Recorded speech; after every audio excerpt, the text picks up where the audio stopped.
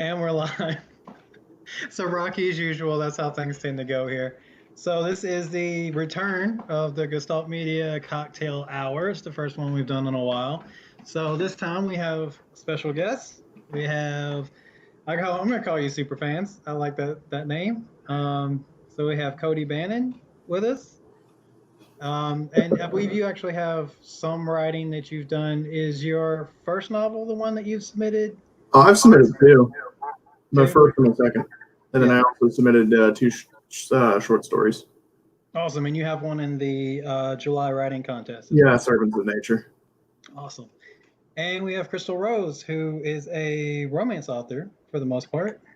And you can introduce yourself however you would choose. Yes, I am a romance writer, hoping to get published pretty soon here. And I have also done some of your writing contests. Awesome. And which one were you in? You weren't in June. You were in May? Yeah. May. Cool. Now, which story was that? That was... It was the love one. And then we did... I also did February, I believe. Okay. Cool. Awesome. Well, thanks for doing that for the both of you. I've actually enjoyed a lot of the stories that we've got to come through there. I think it's been really good for the community. And hopefully you're having a good time doing it. So the best part is that we will have the anthology at the end of the year. So all these people that we know each other from mostly Twitter or Facebook, social media, however, the writing community, you'll get to read each other's work and be on the same table of contents. So I think that's cool. So I'm looking forward to it. Definitely. So cocktail hours are very impromptu. They are not scripted. What are you drinking? Water. We were having this discussion off camera a few minutes ago. So this whole thing started out as a cocktail hour, as a way to pass time, to kind of bridge that gap when the lockdown began. And so drinking was a natural pastime because it still kind of felt new. And about a month in, we were like, you know what? We're going to have to stop drinking quite as often because this thing doesn't look like it's going to end anytime soon. So most people, we've mostly switched to water, tea, whatever. But I think the spirit is still there. So, my first question actually would be, what are you doing? Like I said, this isn't really gone anywhere, and it doesn't look like it's gone anywhere. So how are you keeping yourself sane during this whole lockdown period? I wouldn't say I'm keeping myself sane, but I'm involved in 3D design and animation, costume and prop design, digital arts, writing, of course. There was something else, I don't remember what it was, but we'll count it as at least 4. It's keeping the hobbies going. Yeah. I wouldn't say it's keeping me sane, but... Well, that's good because a lot of people say that they're having trouble with creativity right now. So, like, because of the uncertainty of the world that people don't know, it's hard to just sit down and... for me, it's almost like play. You know, like when I sit down to write, it's just having a good time. I don't really see it as work. So to do something that you enjoy that much right now just feels weird to me. I don't know if you guys have that issue or not. For me, I write more when I'm stressed. So with all this going on, I've actually been writing a lot. You must be a machine right now. It's more of like an escape for me. You know, I'm able to put myself into what I'm writing instead of worrying about everything else that's going on. So it works out well for me. Awesome. Well, you know, there's a silver lining in everything, I guess. Yeah, for me at least. Yeah. So what have you been working on? What projects are you doing right now?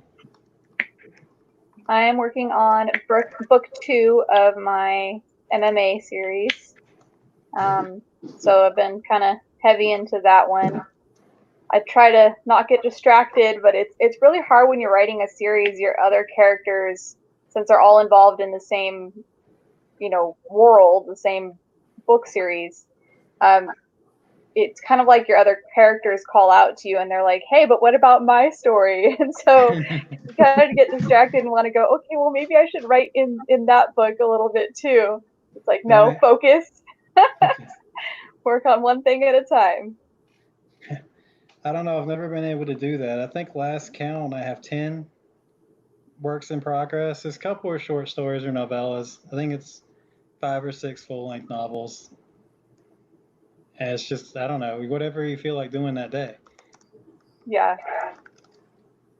Like the worst thing is when you try to, when you're writing and you know you're just really not feeling the story, you're not feeling the scene, and you're just kind of trudging through it. I'm like, I may get a paragraph out.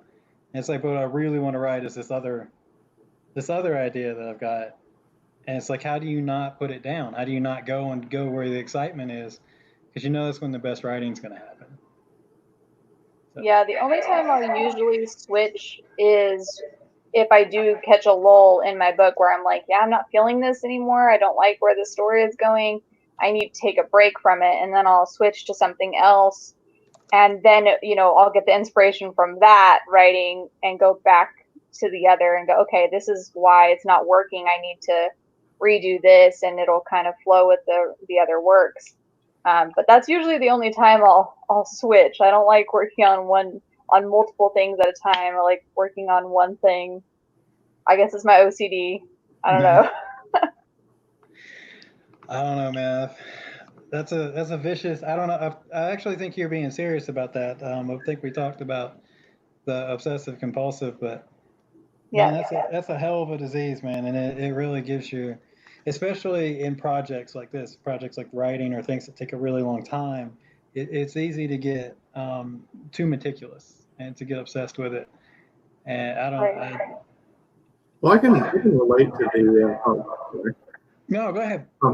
In terms of the multitasking thing, I mean, because it's so weird for me because when I'm working on a novel, I stay locked in on that. But in terms of how I mentioned the animated series that I was working on, owing to my inability to, animate, I've just been doing what I do best, writing. And I find myself working on multiple scripts at once. And because my thought process is just like with books, is like whenever I get an idea, I sort of catalog which thing would be best for it. Like in this case, like which joke would be funnier in this circumstance or that sort of thing. And that's what I work on. So I jump from this and then go work on that and then back to that and then work on a third thing. So that's, and then with books, I don't really do that anymore. So it's really weird. Well, I find that what'll happen is I work on, God knows, way too many things. I work on I do sculpting, I do digital art as well. We're doing these remodels on our office and running this business. And then I try to write in that. But the problem that I find, and I think it is related to the OCD stuff, is that I have to be working when I'm not working. So like if I can't just sit down and write, I have to have been thinking of that story the whole day. Like I need to wake up knowing that I'm going to write that story. I need to let it brew back there for a little while.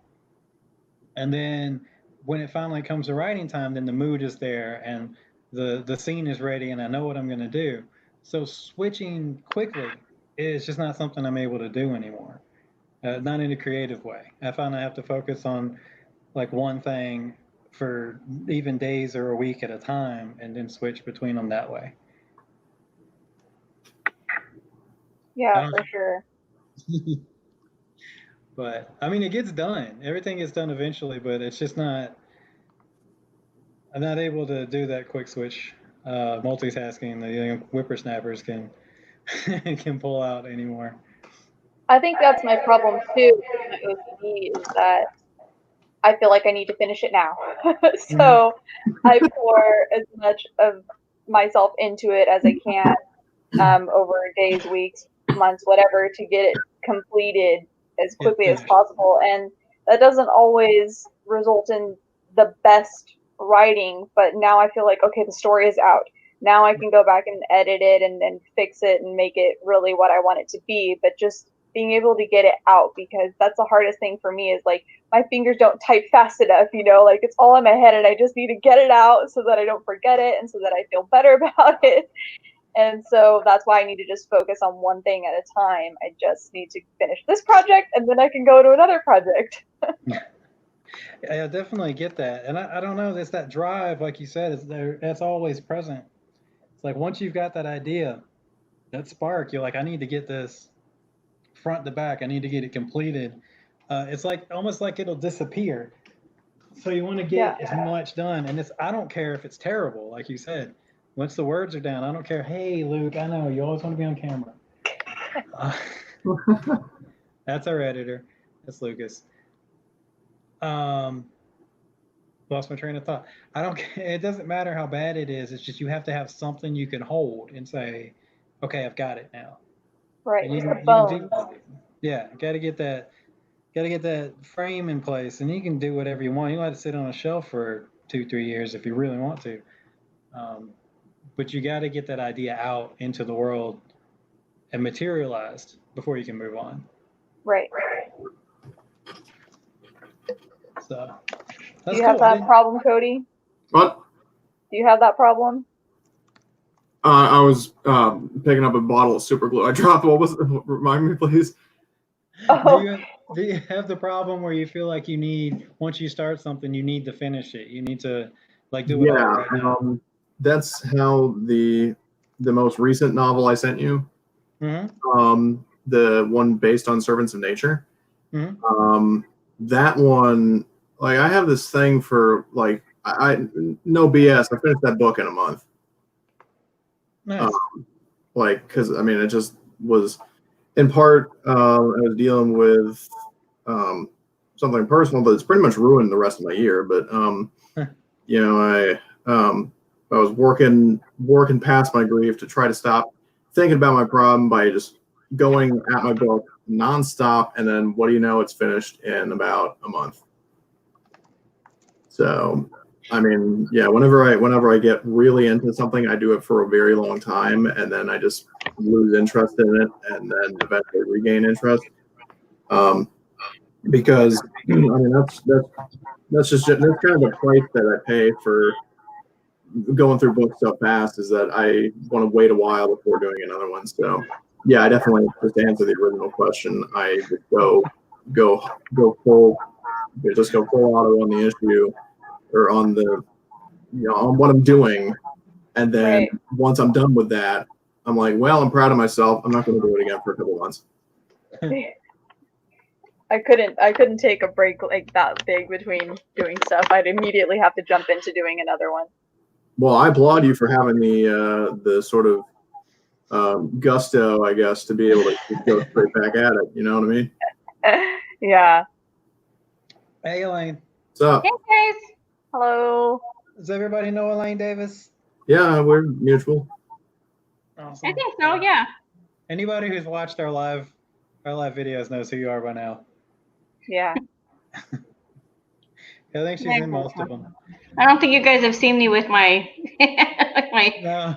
in the middle of the day hair, but whatever. Super cute. Super 80s. Thanks. It was very normal the last time we spoke. It was black and long. Normal's boring. A little bit. I love that wig. Oh. So you've got your Halloween costume already?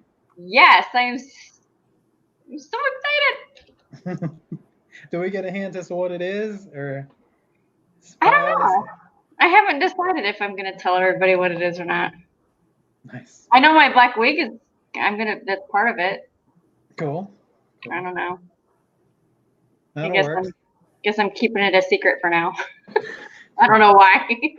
I'm keeping mine a secret from myself. I haven't figured out what I'm gonna do this year. Yeah, if I was in like a neighborhood or something, I mean, I live like very remote, but my projects back there would probably be my Halloween costume. So I mean, it's the best that I don't live in a neighborhood, because I have like an extremely grim sense of humor, and Halloween would be a dream for me. Because I've discussed before, as I was saying, that you know, like I was just dissatisfied even as a kid with like all the like smiling ghosts and pumpkins and all that stuff. And I'm like, you know what would be funny? Having a bunch of dead bodies dressed as zombies lying on the front yard, and then like open the door, my clothes are all torn, got like fake blood on me, holding a shotgun.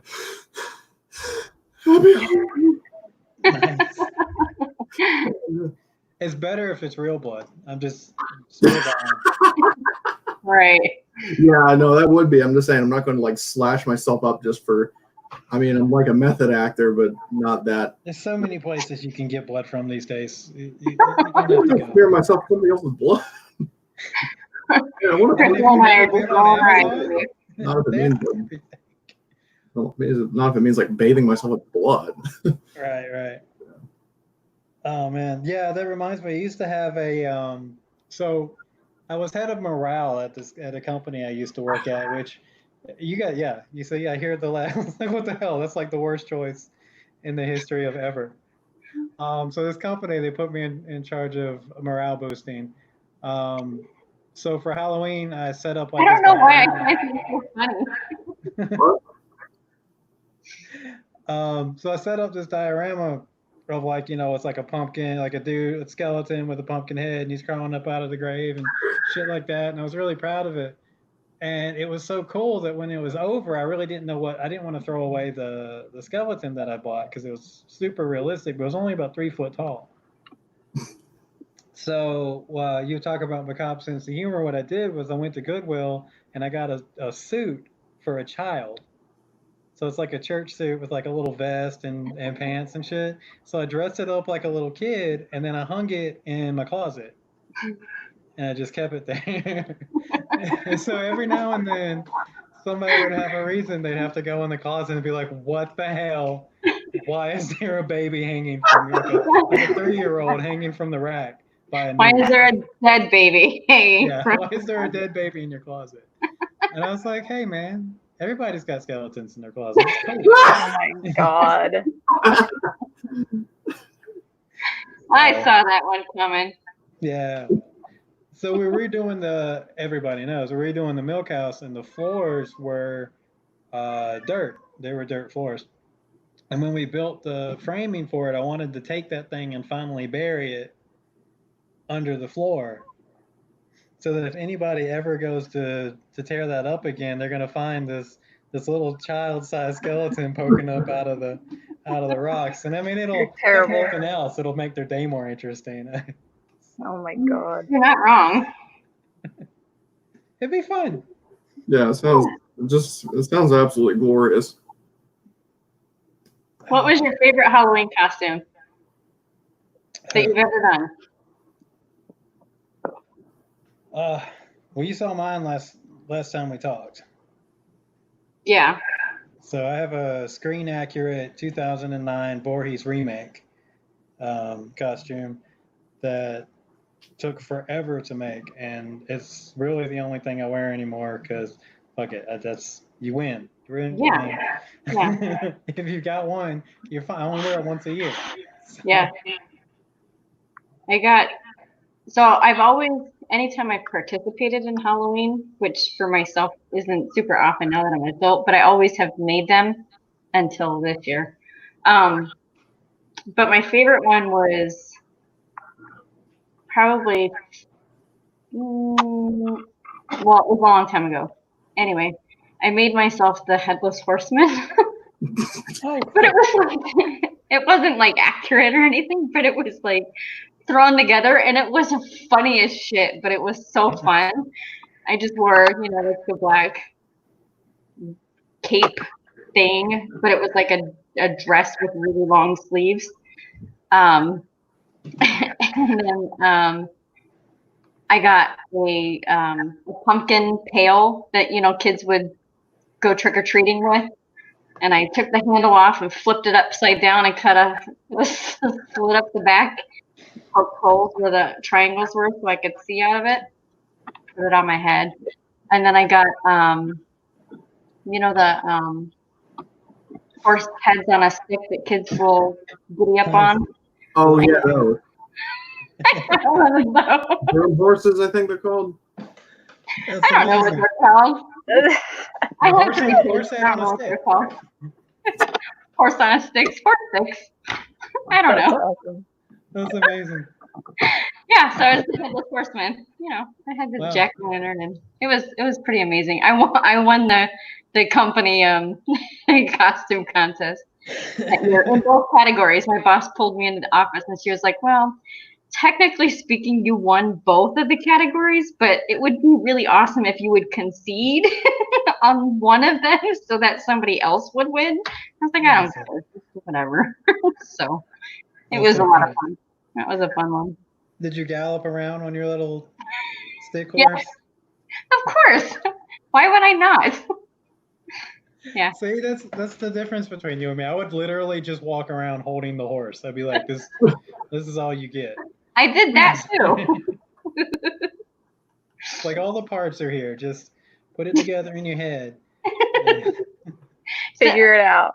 You'd be surprised how many people were like, "Who are you? What is your costume?" I'm like, seriously? I'm like, I'm the Headless Horseman, and they were like, "Oh, I get it now. Well, what's with the horse on a stick?" It's the horse that I'm riding. Hello. The people's comments that keep popping up are pretty good. Edwina, scissor hands, and a pile of garbage. That's pretty good. I never dress up as anything scary. I love Halloween. We usually have parties, but I always dress up as something funny or as something like superhero related. It's like mini Comic-Con for me. I love to just dress up, but I don't think I've ever dressed up as anything scary except for like when I was a really, really little kid. I dressed up as a devil, but that was like the only thing, scary or abstract that I ever did. It was always like, a little 50s outfit or something emo or gypsy or something. It was never anything as creative as the Headless Horseman or a pile of garbage. Pile of garbage is clever. I like fun. that. That's pretty cool. We did have, when I was 16, at the little sandwich shop that I worked at, one of the girls there, we all dressed up for Halloween, and she didn't have a costume, and she felt really bad, and she was like, "What can I do?" And so my mom got a paper bag and put it on her, and then we used brown makeup, and put it on her face, and she was a dirt bag. Oh, I love it. Those are the best, are the ones you got to come up with, the closet costumes, like in 5 Yes. minutes. Like, what do I have rolling around that I can just, that's how the Headless Horseman came together, because it was announced, I want to say that it was just like thrown together that we were having the costume contest at work at like Monday, and we had to, that they were going to judge on Friday, or I don't know, something like stupid short. And I was like, I'm not going to do it. That's kind of how I roll. Like, I always am like, no, I'm not going to participate. No, I'm not going to do it. I'm not going to do it. And in the last minute, I'm like, oh, I really want to. That's why when we talked about it, I was like, damn it, I am doing it this time. So I'm like, I'm ready. I already bought my costume. I'm not going to wait till the last minute. I'm not going to dick around with any of this shit this time. I'm ready. Nice. That's so cool. I'm pretty much the opposite. Like, I keep saying that I'm like totally going to do something, and at the last minute I was like, I don't want to do this. You're like, forget it, I'm done. But I mean, I usually end up doing it anyway, but I'm like, I hate this. I don't want to be here. My husband's like that. Yep. But Halloween's good. We did, well, you were there. We did Halloween in July. I want to say it was last week. All the days are running together now. Never know. Did you guys know it's July? Yep. I have 2 kids' birthdays this month. Of course I know it's July. They remind me every day. Just want you to know it's your birthday. Just want you to know I'm not getting anything. Hey, Mom, guess what I want for my birthday? Like every day. And it changes every day. Oh, that's good. So it really doesn't matter what you get them, because, I could be right. I might hit the mark. Maybe. Yeah, it matters, because no matter what you get them, it's not going to be what they wanted. I wanted that a month ago, Mom. Exactly. Yep. That's not cool anymore. Nope. I was like, well, you have it now, so. This is what you got. They're this close to getting money. Expensive thing. What's that? So they're this close to getting money. They could just Yeah. Buy whatever they want. That really almost happened. My daughter's birthday is actually today. Aw. And she always wants whatever is the most expensive thing that she can want. Sounds like a girl. Yeah. And so, like, her toys are always my toys. They're the things I wanted, and then I didn't get because I got them for her instead. And that sucks. Cheater. Yeah. She wanted a Switch. I think it was last year or whatever. And I was like, but I had just actually saved up because I was going to buy one when it came out. And so I just put aside the money for that. And I was like, cool, these things are badass. I'm going to get one. It's going to be cool. And then she's like, that's what she wants. And I'm like, I'm going to get one and fucking give it to you. But so you're going to let me play it. That's all I can say. They are cool. Yeah. That's the cool thing about when kids reach a certain age, that the things that they enjoy are things you can enjoy too. Mm-hmm. So like, that gets to be fun. So now she wants to build like a clubhouse, and I'm like, this is something I can do. You're like, okay, I'm down. It's like, let's do this. Let's make it happen. Yeah. Before, I mean, when she was like in the Barbie and glitter, I'm like, that's cool, I guess. I can't really help you with that. Like, so my dad used to play Pretty Princess with me. Oh yeah. Heck yeah, decked out in all the gaudy jewelry and stuff. That's awesome. Heck yeah. Was he wearing all the jewelry?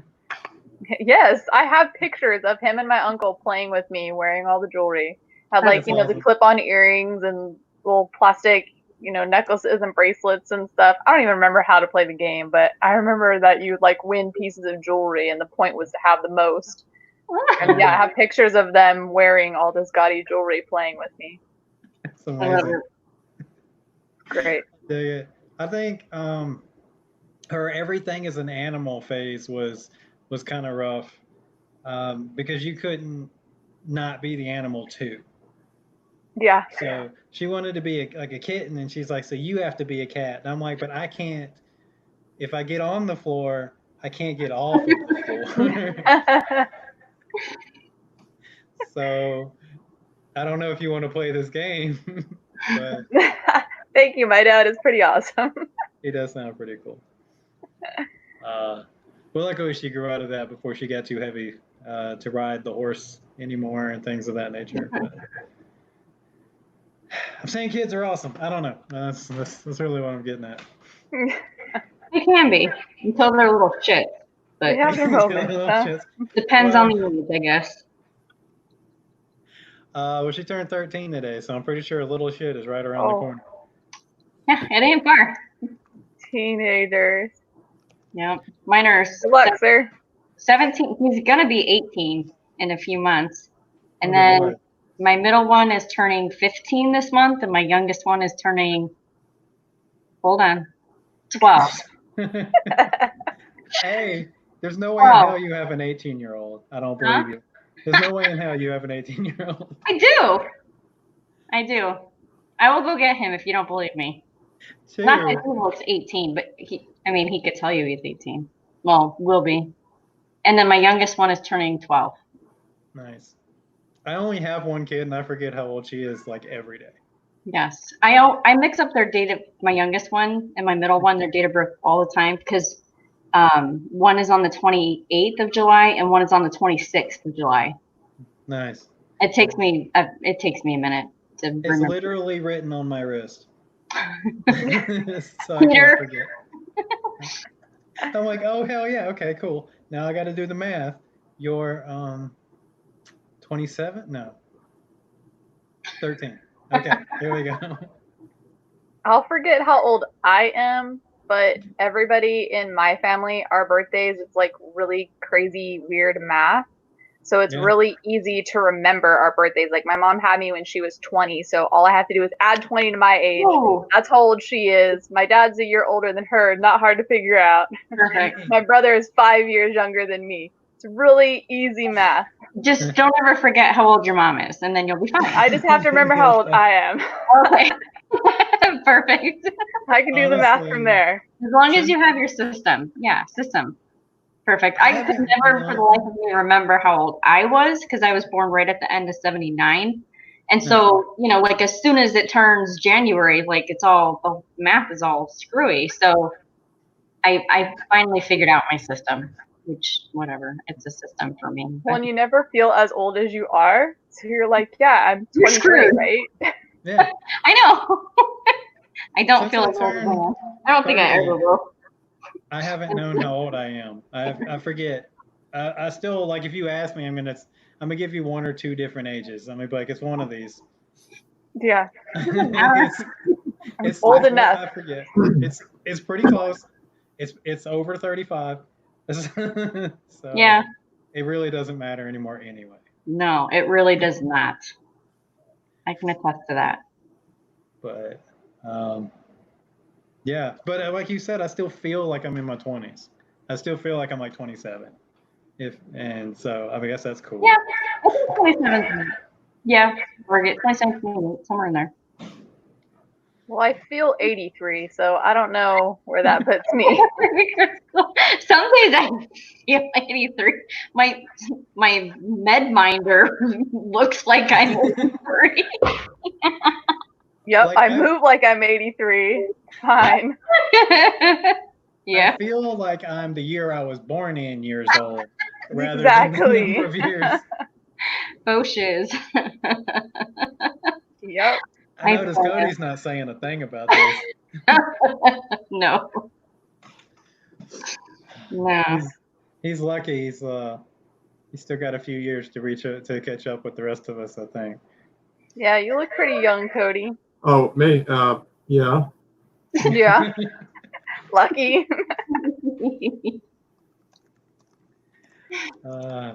But those were good. Like I always said that I think if given the option, I think I'd want to be 25 forever. I think that was really the best age. Nah.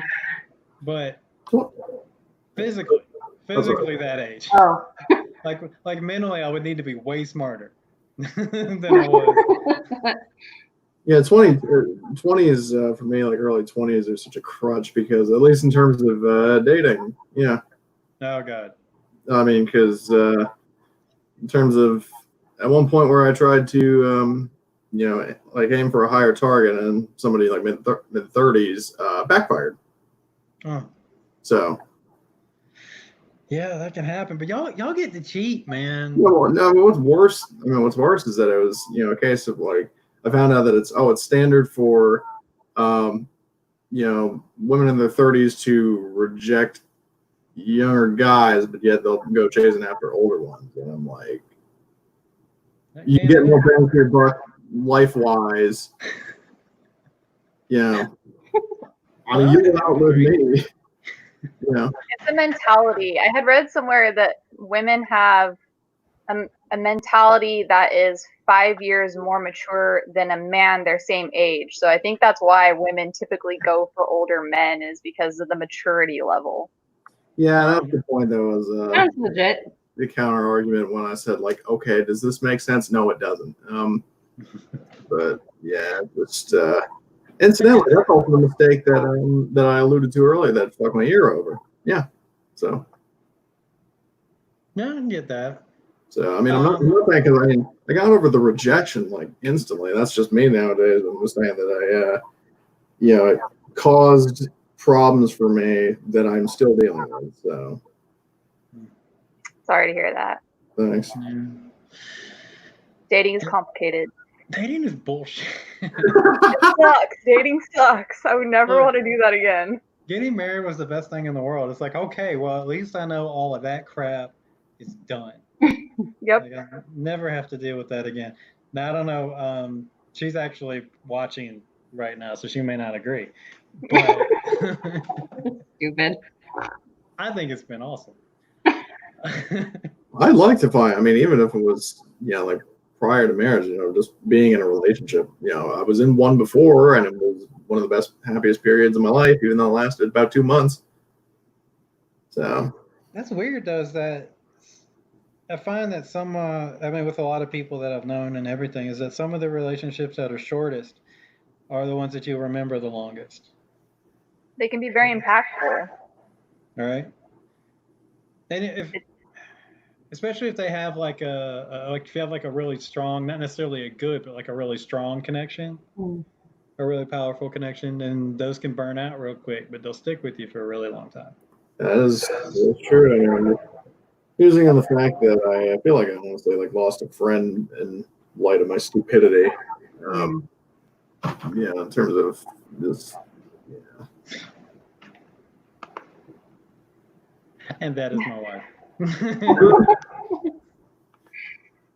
I can't chime in on the whole dating thing. I married my high school sweetheart, so. God, cheater. Oh my gosh. Just get it over with. That's not. Okay. If you don't have like a solid decade of just torment and pain and just misery. Let me just stop you, okay? Because even though I haven't had to go through the whole dating, being married to your high school sweetheart is work, okay? Just putting that out there. Because you have to grow and change together, and that's really hard. That's super duper hard. Yeah. It's hard. And I'm I love the man to pieces. I'm so happy that I'm with him. But we've both worked really hard. Because we both want it, so that's what it comes down to. But we've both put in the work. We're both very lucky and very blessed. But yes, we've had to work for it. Was he your only boyfriend? I had a couple of boyfriends before him. That's sweet. I think he had I know he had at least one girlfriend before me. I think I had a couple, maybe a couple more than he did. Yeah, my husband and I have been together since we were 18, and but I dated quite a few people before him, and he only dated like 2 before me, and I find that kind of weird. But also, my parents, my dad was the only man my mom has ever dated, and I just find that so weird. I'm like, how can you know that this was your person if you've never experienced it with anybody else? Like, you don't know if there's something better out there. And she's like, wow, I like what I have. And I'm like, I don't understand that. Like, sometimes you just know. We just knew. So we had a mutual friend in high school, and she walked up to us one day, and she was saying something in the middle of saying something, and she stopped mid-sentence, and she goes, "You guys are going to get married someday, aren't you?" And we just looked at each other and we went, "Yep." And that was kind of it. I never got a proposal. It was just I don't know. We just knew. It was weird. It's cool. I heard a similar story about that, where there was this one guy who for different reasons appeared on Dr. Phil, but he was telling a story on his YouTube channel about he and how a friend of his since 14, they had never dated. They'd seen different people, and then at one point he just asked her to marry him, and she accepted. And they're still married. Or actually, no, they are engaged, but I think they get married like August, October, or something like that later this year. Cool. So, good for them. It's a very interesting story, but I mean, it's a little short.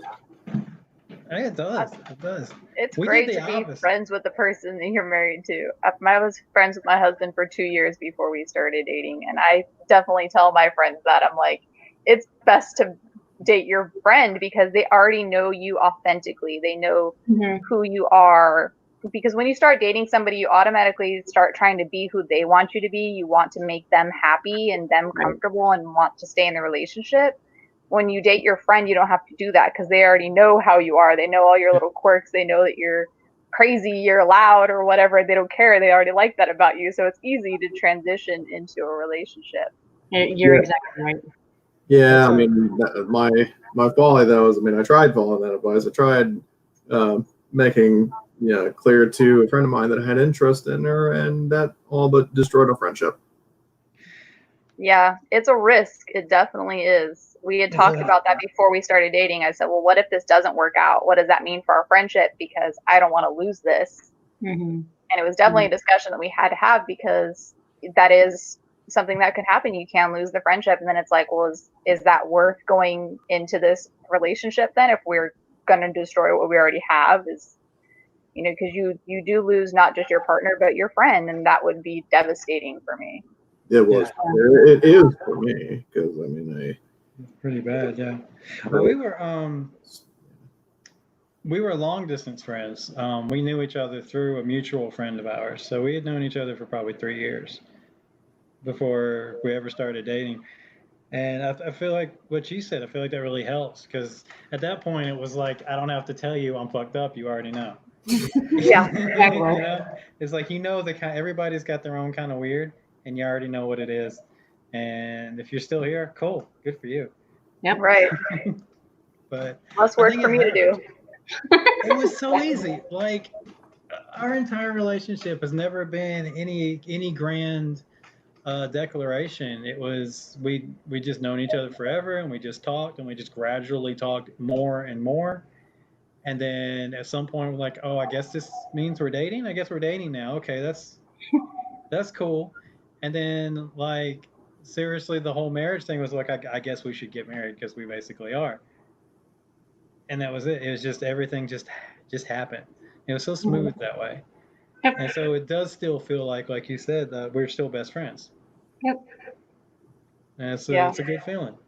But marriage is not easy, and it's not definitely not something to take lightly. But I also think that there's a lot of pressure on people to, like, you know, especially the younger generation, that you feel pressure that you need to get married, that you need to find somebody, and especially as you start moving towards like your 30s, you're like, why haven't I found somebody? I'm supposed to be married by now, and there's all this pressure, and that puts a lot of pressure on the relationship that you're going into. Like, I need to make this work because I need to get married.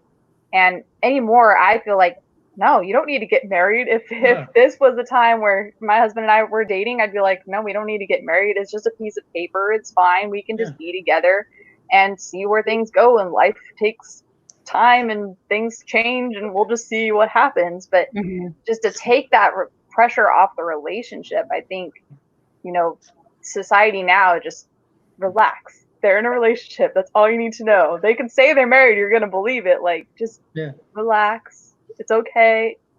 Be Just cool. go at your own pace. It happens differently for everybody. And if you're going to make that commitment, awesome. But it definitely is a lot of work, and you can make that commitment without signing the piece of paper.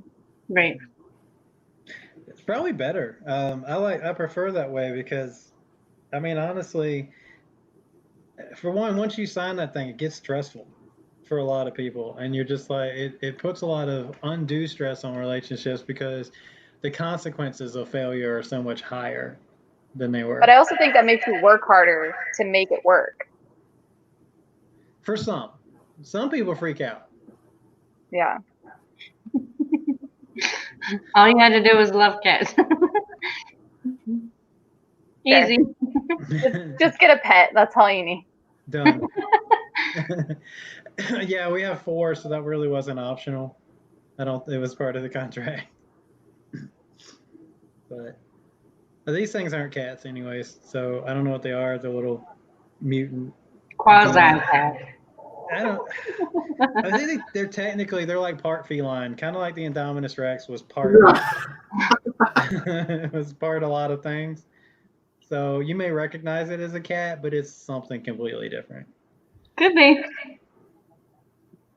No, I like cats, but I'm allergic. They don't like me. I know. Oh. I'm with you, Crystal. I get all itchy and stuff, but I really want a cat. Serious cat allergies. Yeah, I'd like to have an outside cat, one that I could just pet every now and then, and it can go live out there and do its thing. Nice. Yeah, we made 2 of ours outdoor cats, more or less against their will. Like, it's crowded. You gotta go. Yeah, it's time to go. Like, but they seem to like it. I But you should look don't love you. I into. just don't love you enough to want you in my house. Yeah, a couple people in our family are allergic to cats, and they can be around the Cornish because because the hair, they don't have hair, they just have the down. So it's not like they're not creepy. They're not the naked cats that stick to everything. and throw their naked butts all over everything. Right? Well, that's actually a good writing question. Do you guys give your characters pets? No. I do. Oh, I will. Yeah. Yes, I certainly do. Sorry. Watcher in my first novel, I made sure that she actually gained a pet during the book. That was part of the plot line. I don't think I've ever given any of my characters a pet. Yeah, mine I'm such a Disney writer. Like, they have no families. No parents. Parents are dead. No siblings, no pets. Well, let's not explain all of that. It's no. You're like, how barren can I make this? Less drama. Yeah, sorry. Go ahead, man. Go ahead. I mean, whether it's the novels I've written, because mine are predominantly military fiction, there's not really room for pets anyways, or the cartoon series that I'm working on where it's, civilian characters, they don't have pets. So your books that are military based, is it that the story is actually them in the military situations, or that they're like veterans at home? One of them has dual point of view. There's a group of civilians and then a special forces team in different parts of the world. The former is in Texas, and then the latter's out in Poland. And then the other military novel is hard sci-fi, hard military fiction. No room for pets anywhere. So. Yeah, because if your military character was at home, they could definitely have a pet for like stress or PTSD. That would be a cool way to kind of work it in. Yeah. Mm-hmm. I mean, the other thing I was working on, an animated project. I don't know why the main character doesn't. I mean, well, I guess he wouldn't have a pet just because it doesn't really. Pet would not serve any real function in the story, or like in the general. Because he's sort of characterized by his cheapness and greediness, and his dysfunctional interactions with the people around him, mainly his girlfriend and his friends. So if you can use both of them loosely. So there, I mean, pretty much in everything. I love dogs, and I would normally put a dog in something, but it's just everything I write. There's no real room for it. So makes sense. I kind of feel the same way. Whereas, like, if it's not doing anything for my story, then I don't feel like I need to add it. Absolutely, right. That's my my thing is functionality and purpose. Whether or not something actually belongs in a story, or because I feel like just about everything in a story needs to have some kind of purpose or function to the story, and if it's not, it's basically clutter. Right. So, I mean, that's that's my gripe with like animal sidekicks and 80s cartoons and stuff like that. It's just like, okay, there's this animal and it doesn't really do anything. Yeah. So. This one does. Could you get off me? For the love of God. Magnetically. So you don't have any cats, you have a parrot.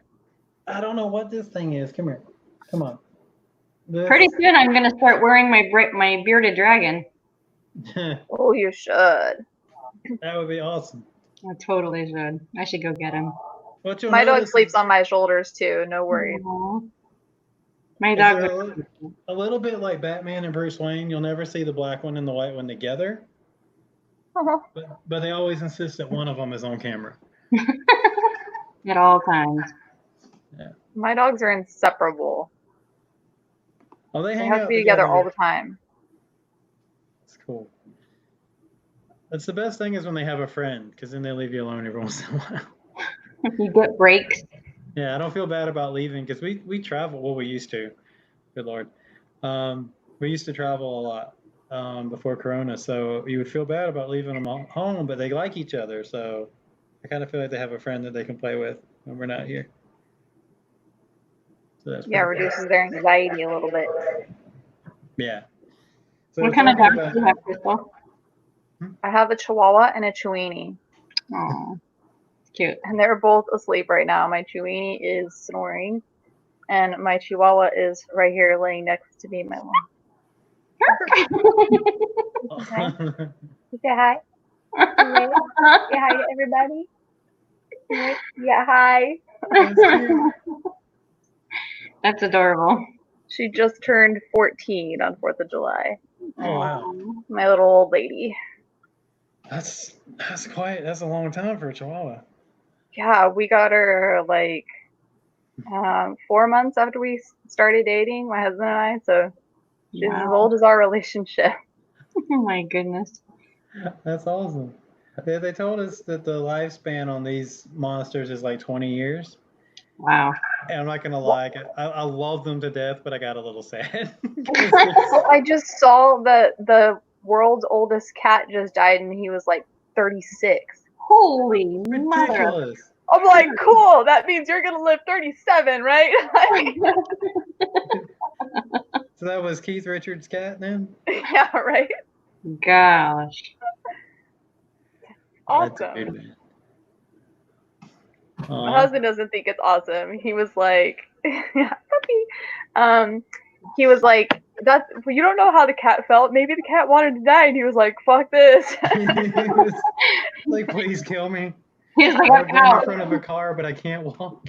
Yeah. Wow. He was like, I'm please. like, yeah, you might not be wrong. We have a 92-year-old friend of the family, and he's just like, so I'm gonna die tomorrow, right? And we're like, don't say that. And he's like, well, I'm just waiting. And I'm like, why would you say that? But yeah, he's old, and he's just like, I'm ready to go now. All my friends are gone. My wife's gone. Like, I'm ready. He's I'm like, I'm ready. not gonna do anything else. Yeah. This is it. So I'm like, well, maybe he's right. Maybe that's how the cat felt. And he was just like, okay, I'm done with this. Let's go. Like, come on, folks. No, I mean, how many projects can you start at 92? You're like, I'm probably not gonna finish this. No, To be honest. no, not many. I mean, you can only watch. I've been watching Jeopardy every day for like 3 years, and I'm pretty much over that. So That's what he said. He's like, I watch the same shows every day. I've seen every episode at least 3 times. Like, I'm good. it was a great ride. I want to go home. Okay. I'm ready to get off the ride now. Right? No, Yeah. I get that. I get that. Yeah, and he's in the greatest health. Like, he really doesn't have any problems. And so there's like no motivation where he's like, I'm in pain and I'm done. Like, let's go.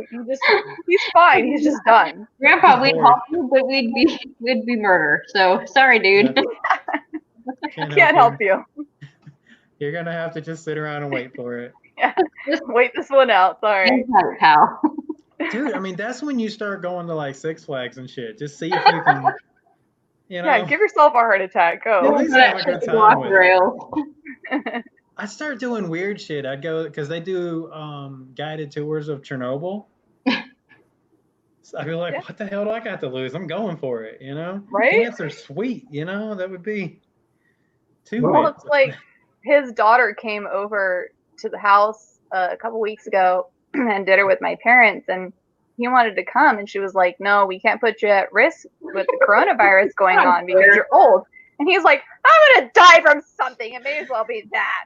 I was like, oh my At god. least I'll die of something He's interesting, like, I want to see people. I only have a few days left. Let's go. right? Yeah.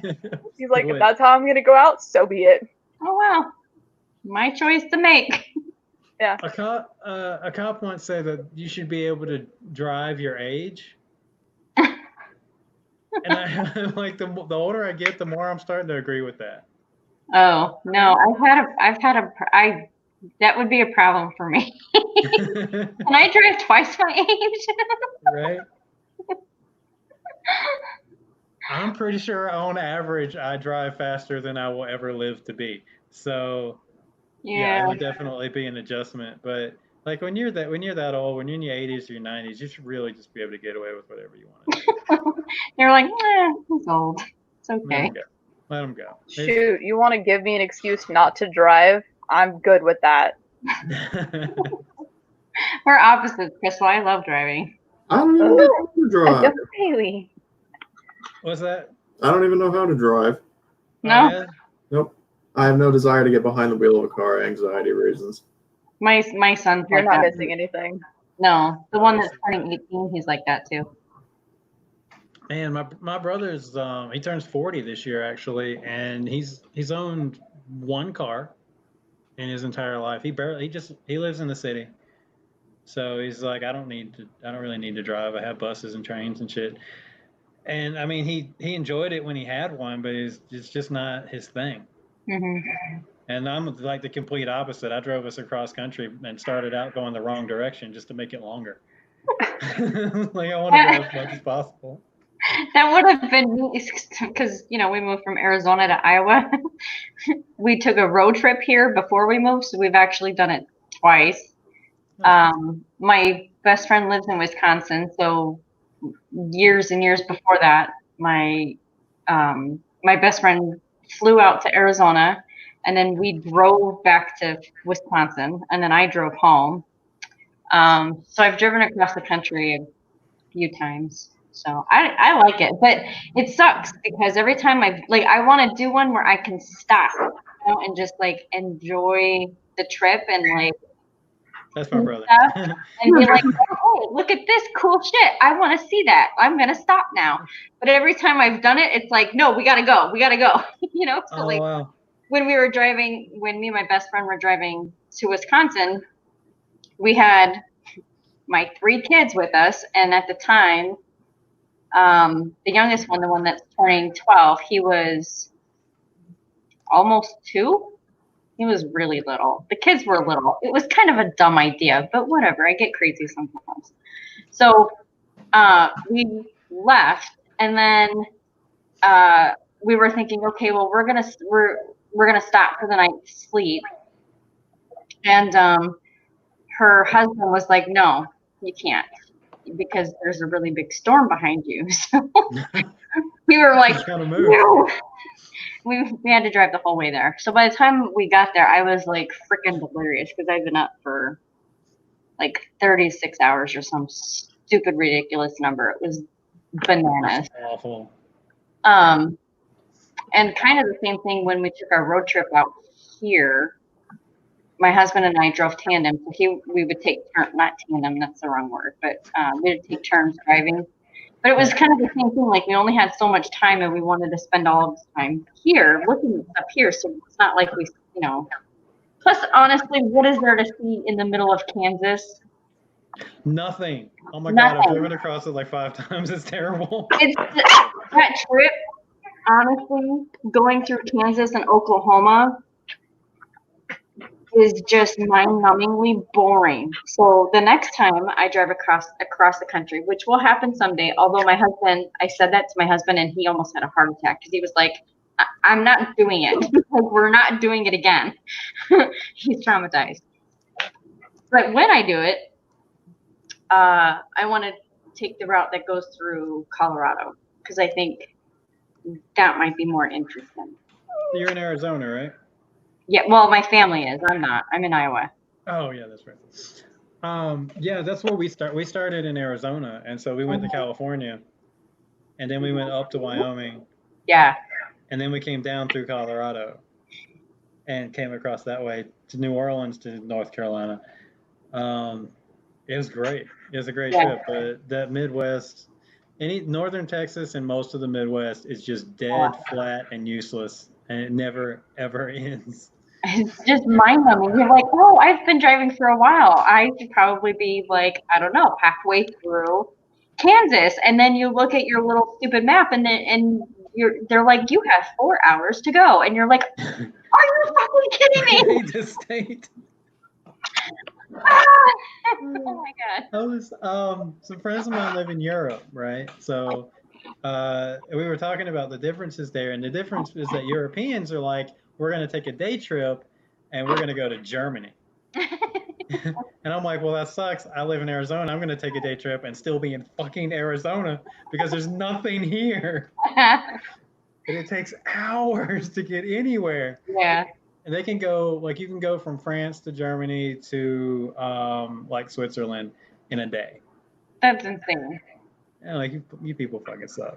I feel so accomplished because where I live is like right on the border between it's like in the tri-state area, so it's right on the border between Iowa, Wisconsin, and Illinois. So, like I could go to all 3 states in one day. I feel like, woohoo!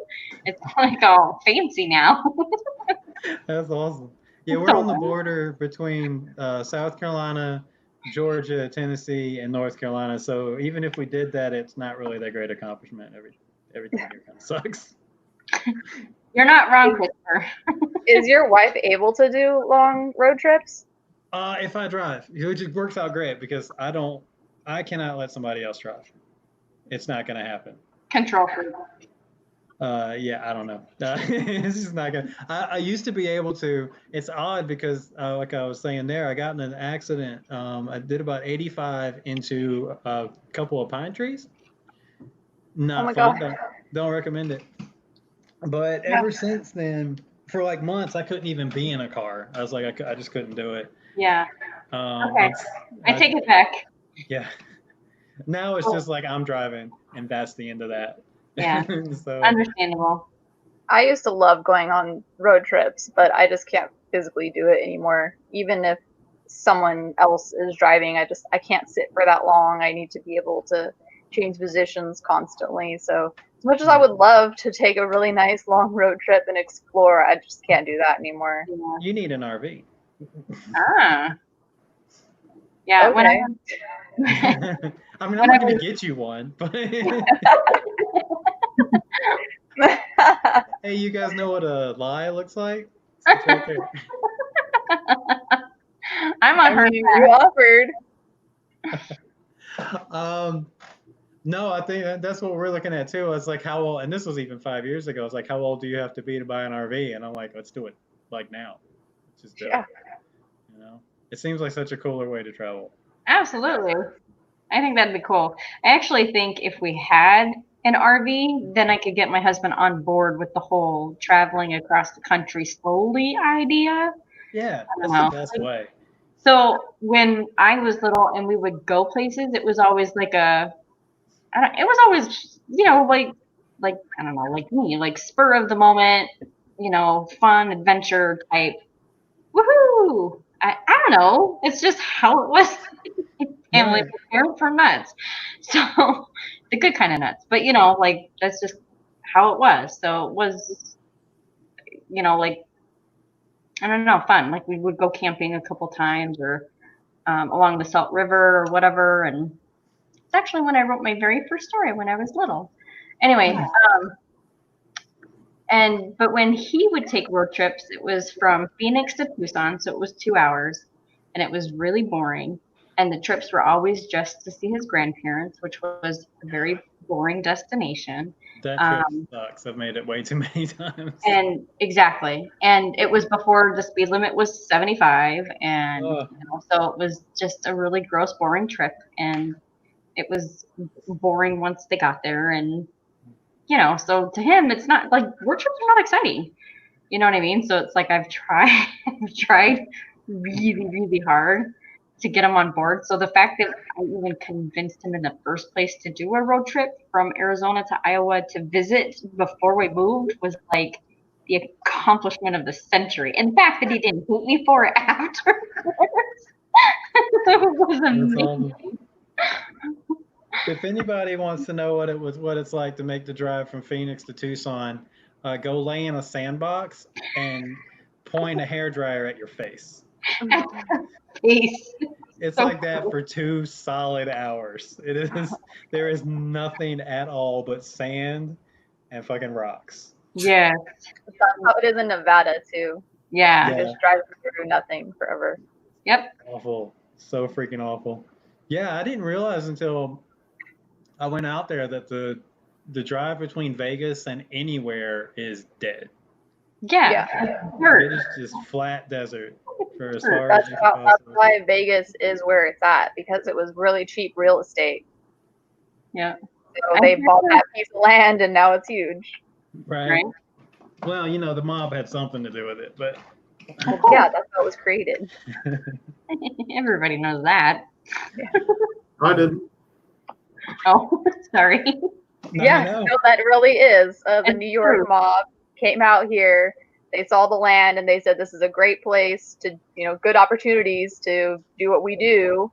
Let's build a hotel and casino and we can swindle tons of money. And that's what they did. They bought the land for close to nothing and built Las Vegas. Nobody else wanted it. Shit. Yep. I mean, LA started the same way. LA was useless territory until they stole the water from, legitimate towns. Yep. But that's how you make a fortune, I guess. Just go build where nobody wants to be. Havasu was the same way when they were talking about developing Lake Havasu in Arizona, which is like one of the most popular places now. They're like, this place is a shithole, and nobody Okay, wants to live here. I watched a program that said that Lake Havasu got popular because they brought the London Bridge there. That before that it was Yeah. dead, but that Yeah. landmark is what really got the city going. Totally did. Dude went there and I was bought. like, what the heck? I didn't even know that the London Bridge was here. Like, when did this happen? I've seen it actually. So what happened was he bought all the property there, and he was going to do these developments, and then he was just like, I guess if I build it, they'll come, and they never came. And so the dude was really in trouble trying to figure out how to sell houses and property and land that nobody was interested in the middle of fucking nowhere. Where it's hot. It's too. hot. Havasu was really hot. It's really hot in Havasu. And they were. Fun fact: my husband and his family lived in Havasu for a while when he was a kid.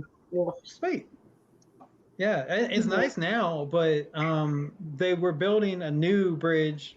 So the old London Bridge was getting torn down. Dude bought it, tore it down stone by stone, and brought it over. Now the Lake Havasu is narrower, so it's like 3/4 of the London Bridge.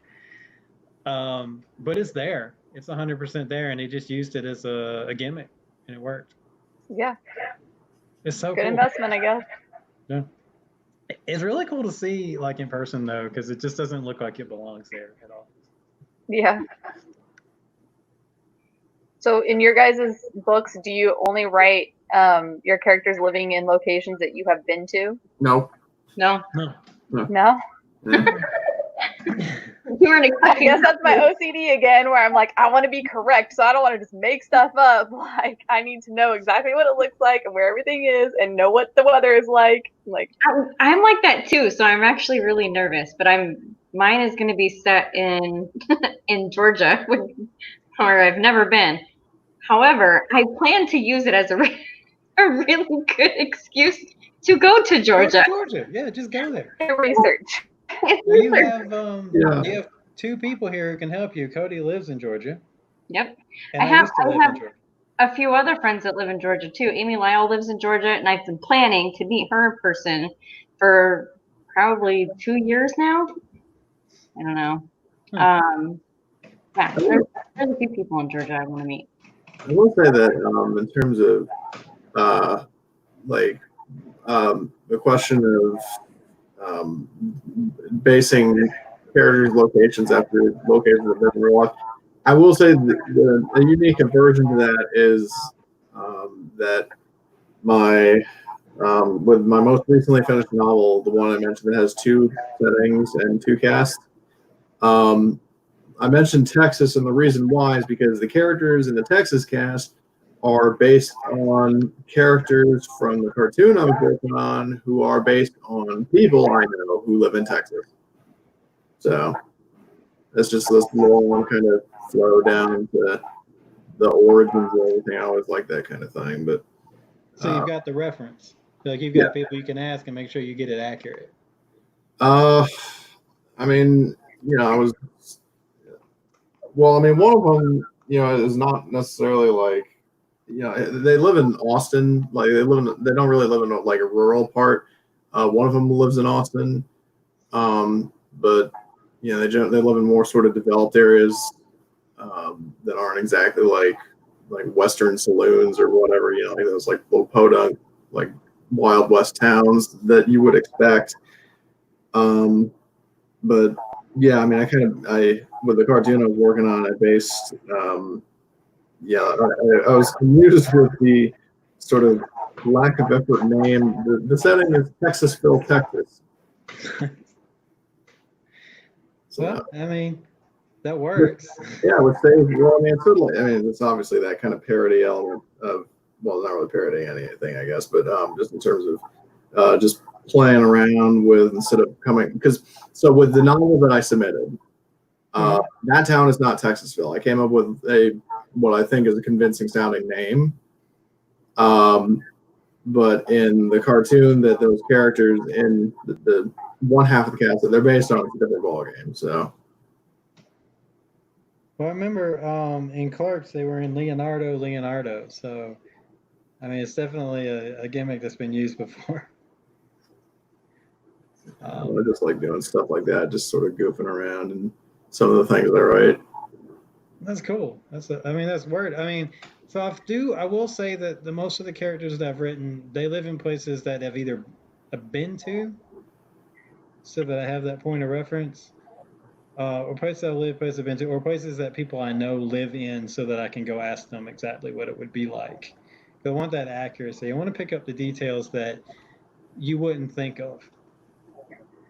So it turns out most of my characters come from Norfolk, which I don't live now, but I spent so much time there, and it always seems to be a place that comes back up.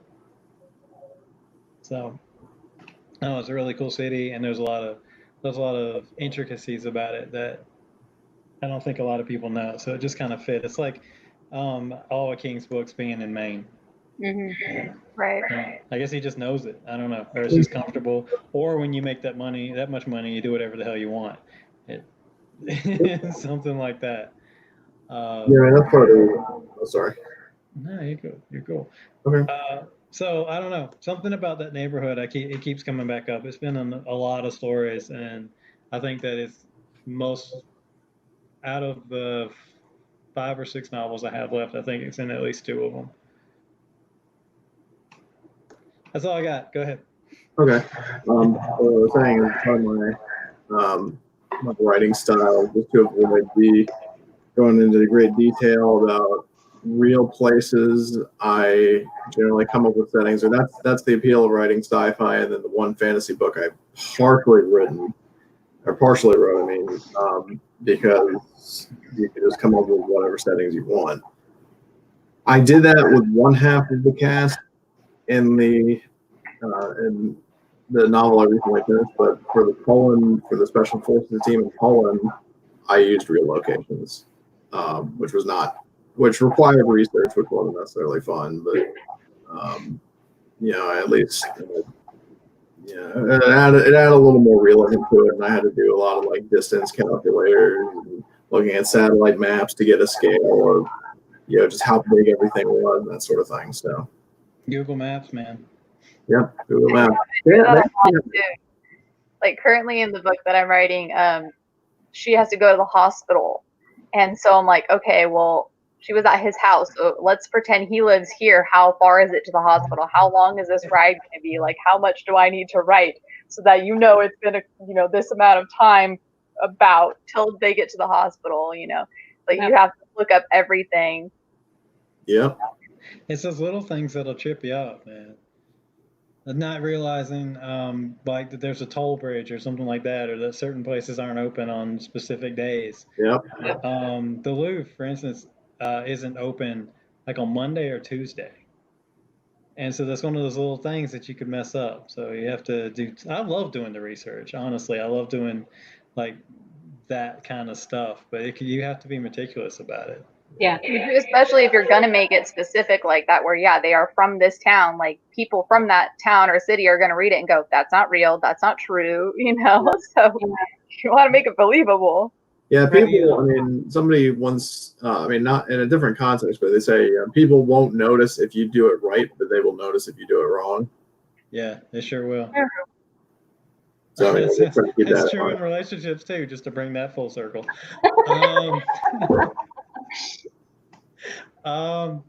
We took it so far that in Watcher, my first novel, I went every location that's in there I've been to, and for the hotel that was in there, I went to that hotel and I actually walked through everything that happened to make sure that it was possible and that the timeline was right, that it would take as long as I thought it would take. So we went to this random hotel, and I like walked in and went up to the top floor, and I'm like going up and down the stairs in the corridors, running out into the parking lot and running up the stairs. I'm coming out the door that she came out, and I'm looking to make sure I can see the front desk and to make sure that like there's a spa there that gets mentioned, and I'm like, I need to know that every single bit of this is absolutely accurate. And even the restaurant across the street, I'm like, can you walk to that? Like from this parking lot to that one, could you reasonably walk to that? Because it's like an 8-lane highway. But it turns out, you could. So yeah, I like all those little details. I think are what make a story. Yeah, for sure. Like where I live, well, not specifically this town that I live in, but where I used to live, where I still call home, all the hospitals have valet service. And so I went to write that, you know, he just pulled up and the valet took the car. And then I was like, well, do they have valet there? Because not everywhere has valet. Yeah. And so I had to look it up, and they don't have valet. And I'm like, okay, new game plan. Right. Oh, man, Don't want to get this wrong. That was a major plot point in one that I was doing, was at an airport. And I just written it out because I've been through like a million airports. So I just written it out. And it just so happened the airport that I was writing about wasn't set up that way. Like the way the ticket counters were adjusted. I was like, there's no way he could have gone from point A to B to C without, I mean, going to prison. Because you can't, you can't go through those areas. And I was like, I was so dead set. And just in my head, I was picturing this layout that it just had to be that way. And then I went and looked it up, and I'm like, fuck you, it's not? You're like the only airport in the world that doesn't, damn. You know, so sometimes you have to change. Yep. Yeah. Like I go as far as even I had some characters in another book that went out to a restaurant. And I didn't just make up what they were eating. I went onto that restaurant website and looked at their menu and made sure that they were ordering stuff that they could actually get at this place. Like, you're not just going to walk in there and get a pizza if this is a Mexican food place. Like, we got to be real. We're going to make sure you order what's on the menu. Yep. That's cool. Dig that. It's nice to know one. I have a spreadsheet. One? Well, and I think it makes it better for the reader, too, because if they just totally fall in love with your book and they go to visit that place, they're going to be like, oh, my God, this is where they had dinner. Like, let's order the same thing or whatever. So it makes it that much more realistic and relatable. That's a good point. That's so cool. Totally. That's exactly what I was going to say. Actually. It's not just one. It's a spreadsheet that has many tabs. Oh, okay. Many pages. I won't say how many, but there are plenty. Oh, believe me. My boss was when I was working in an office. He's like, "What the hell are you doing?" I would have these maps tacked up to my desk with like marker lines. It's like you're either invading Normandy or you're plotting something. Yeah, like it has to be right. Agreement. It looks like Charlie from Always Sunny with the fucking board with the yarn lines and shit. Love it. Oh my It's God. gonna work. It's like I can't figure out how he can be in Texas on Tuesday and he's got to be in Florida on Monday of next week, but this stuff's going on. I don't know. It's got to work. It's gonna work. Can you drive that far? Could you? I mean, if you did like 12 hours a day, right? Could you? You know, and you got to do all that math. Could you drive that many hours in a day? How many Red Bulls does it take to drive this many hours? It's like, oh my God. Okay, so if he leaves on Saturday. Well, and even to the point where you need to Google that on a Saturday. You need to map it on a Saturday at the time that they leave because traffic's heavier on weekends and it's heavier at 5 o'clock and whatever. Like if they leave at 5 on a Saturday, they're not getting there at the same time as they would if they left on Monday at 8 a.m. Like, yeah. And the traffic is different in the summer. It's different when kids are out of school or in school or Or you find out that the road doesn't even exist anymore. Or the speed construction. Yeah. Yeah, it's nice to know I'm not alone. I feel much better now. We're not crazy. We're writers. No, so when I was on my furlough, right, I was like, okay, I'm going to get tons of writing done. I didn't get tons of writing done. However, I was very productive. I put lots of stuff in my spreadsheet. I did get some writing done, but most of it was research. But it was funny because I'm sitting there at my desk and I was just kind of sitting because I was working through shit, right? You guys know what I'm talking about. Just figuring it out. Just figuring something out. And I had my spreadsheet open and I had my document open and I was just figuring shit out. My husband comes up to me and he goes, you know, if you put half as much shit into your document as you did into your spreadsheet, your book would be done by now. I said, get the fuck out of here. But it wouldn't be accurate. Exactly. Right. It's not the same. It wouldn't be right. What am I supposed to do? Make it up? You don't make stuff up in books. No. What the hell? Fuck you. Get out of here. I do that all the time. It's all real. It's all real. It happened. Exactly. It happened. These people exist. They have this kind of car. It gets this kind of mileage. And, you know, it's good. Don't even get me started on the car. I called the car dealership. That's awesome. That's awesome. No, I did tell Anna that we needed to go test drive. No, Just to make sure that it drives the way you think it will. Here, Yeah. here's my paper. It was right here. See? I talked to Tony. Okay. Here's a funny thing, a funny story, right? So there's this car dealership. It's like a used dealership, like a used Kia, I think is what it is. Dealership on the corner, where you can either drive into the Walmart parking lot or you can go left or right down the highway. I live in a small town, and dealership is right here on the right as I'm going into Walmart. So when I go into Walmart, which happens like once a month, it's right there. So I see it every time. It's the cutest Jeep on the planet, and I love it, and I must have it someday before I die. And I nicknamed it Bruce. I nicknamed the Jeep Bruce in my head because I name inanimate objects. I'm one of those people. So I'm like, okay, my main character is going to have a Jeep, and she's going to name it Bruce. This is just going to happen. So That's so cool. I call the dealership because I'm like, I need to know details about this Jeep so that I can write about it accurately because I don't own a Jeep and I've never driven a Jeep. So I call and I talk to Tony, and I was very upfront, and I was like, I have no intentions on buying this, but I'm writing a book and I need to know these things. And he was like, really? And he was super interested and super supportive, and he was awesome. And I was like, honestly, I totally get that you have work to do. So, like an actual sale comes along, please just hang up on me and go make money, Yeah. He's like, no, he's like, I'm with people, but they're in underwriting, so I've got time. And I'm like, cool. It was really great. He told me all about like how many miles were on it, what year it was, how much it was, like all the basics that would be like on the sticker.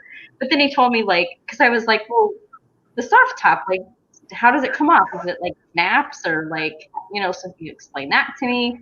And then he told me like what it's made out of. Like, we got into details, right?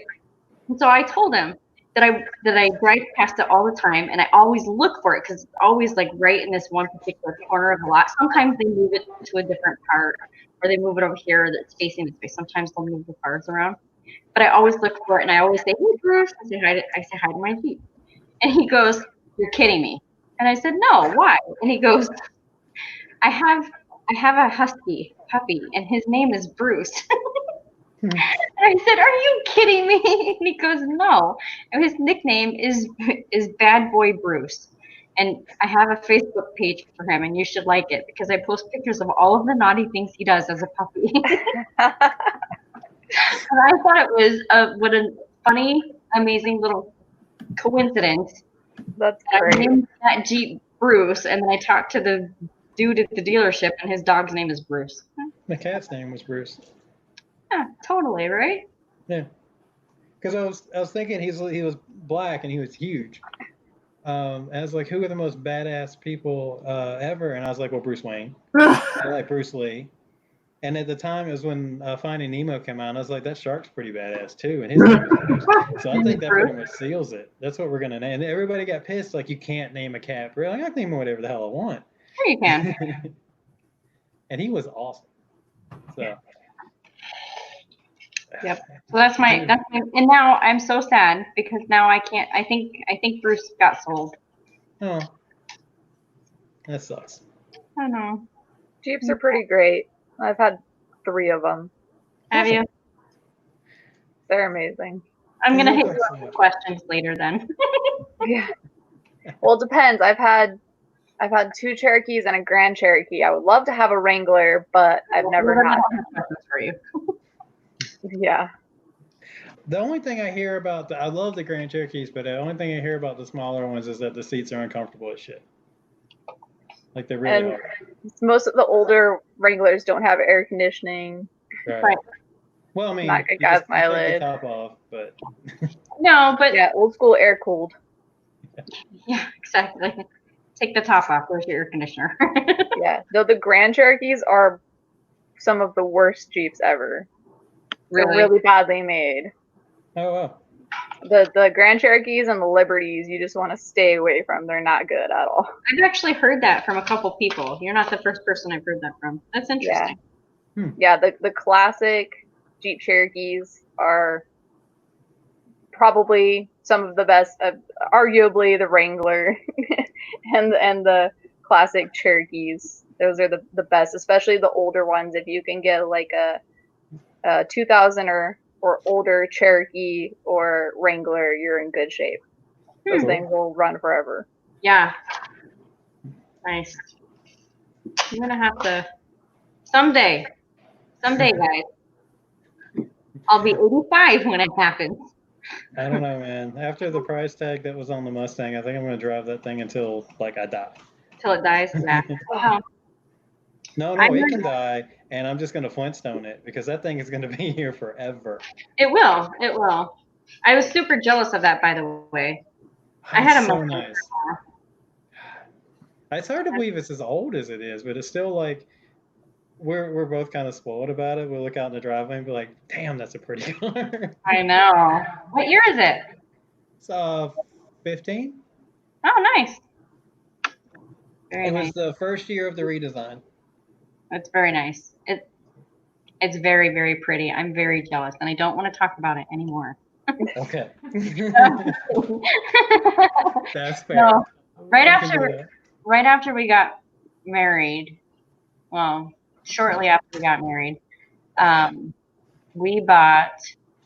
So my very first car, there's like this huge dichotomy here that I have to explain. So my very first car was a 1976 Plymouth Volare. Cool. Biggest piece of shit I've ever seen in my entire life. It would break down all of the time. I put so much money into that car that if I had just saved the money instead of fixing things, I probably could have bought whatever car I wanted for cash.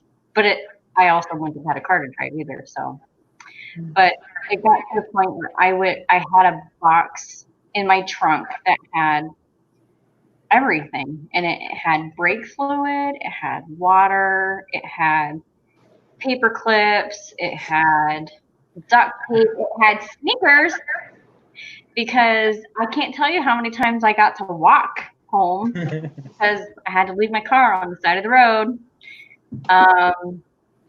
That's yeah. That reminds me of a show I was watching, to be honest. Huh? That reminds me of a show I was watching, to be honest. Yeah. Yeah. What show? You see what the problems you're missing by not having a car, Cody? Yeah. Yeah. It's okay. Not fun. I think we're on the same tank of gas that we bought when this whole thing started. It finally got to a point where the master cylinder had gone out for like probably the 4th time, and so I was like, we're not fixing it anymore, I'm done. And so I walked for like a month, and then we finally got to a point where we could buy something, and so we found a used 1995 Mustang GTO 5.0 with Z-rated tires and a racing clutch. I love that fucking car. That's amazing. And see, the older Mustangs are not like the like 2000s, early 2000s Mustangs are not the greatest. And the 90s, they were kind of just not well made.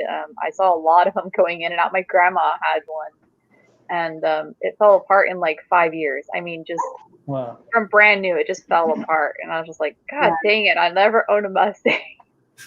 Yeah. Like everybody that I knew that had one when they came out in like the new redesign in the late 90s, early 2000s, it was just like they broke down from nothing. Yeah. Yeah. Well, that's all American cars in the after 2000. They just anything GM touched was absolute garbage. Yeah. It's because they were bankrupt and they were just cutting every corner they could. I had a Jimmy, which is basically GMC's version of like a Suburban or whatever. Yeah. Blazer. It's a GMC Blazer. And it turns out that the fuel lines were everything was plastic. And so I had this thing for a couple of years, and then it just melted. Yeah. And so the whole engine just caught fire and exploded. And they're like, "Oh yeah, it's because the spider coupling it's made out of plastic." I'm like, that's stupid as shit. Why would you do that? Like, it was cheaper. What the fuck? God. So, and an Explorer was the same way. Like it started, the power window started sparking because it just had shitty wiring in it. Yeah, I just watched Live Rescue the other night, and they went out to a car fire, and they said the reason why it went into flames so quickly and burned so high of heat is because now they're making cars with a new metal because it's cheaper and lighter, and so it has magnesium in it, and that burns way hotter, way faster, and so this car just like went into flames, and I was like, okay, I'm not buying a new car ever. Oh, Magnesium is what they use to make explosion effects on TV. Yeah. That's Smart, not really, right? Great you wouldn't make idea. I don't something understand full why of people think that gasoline would with be a it. good idea to put in a car. It's That cheap. wouldn't be- That's what they care about. Yeah, that's pretty much the story. Well, I can Correct. attest that at least the new Mustang from the 50th anniversary model is great. That thing is still, I mean, exactly like it was when it came off the lot. It's perfect. It's pretty. So, I don't know about any other ones that they made. We wanted to get a Challenger. That was the first thing that we looked at. But if you ever driven one of those things, it's like a tank. Mm-hmm. Like it's 4 times wider than it needs to be. The back window is about this big, and you can't see out of it. And the hood is at least a half a mile long. This is ridiculous. You all know how people drive these things, but they're gorgeous. So. Yeah, they're pretty. And then what they did to the GTO was an absolute shame. They made it into like a Civic kind of street racer thing, and it's blasphemous. It is. I'm really upset about it. I saw the tag and I was like, somebody put a GTO tag on that little piece of shit car. And then like That's they not wrapped right. it, and I was like, oh my god, There. that's what it looks like now. That's not okay. Yeah, I know. So I like Things change. Yep. The ones I like are like the ones that we had, the 95 model. 95 GTO. Yeah. That was a fun car to drive. I got a speeding ticket in that car. The only speeding ticket I've ever had. No, I've gotten a few. So I've I gotten 0. always get speeding tickets in cars that you wouldn't think you should speed in. Like the Jimmy. Like if all the dumb like street racing I ever did was in that car, and I won because it was deceptive. Good. People wouldn't think that they see this SUV coming and they wouldn't think it could do anything, but the thing had a powerful ass engine in it, and it was light. It was, again, because they were making it out of shitty materials.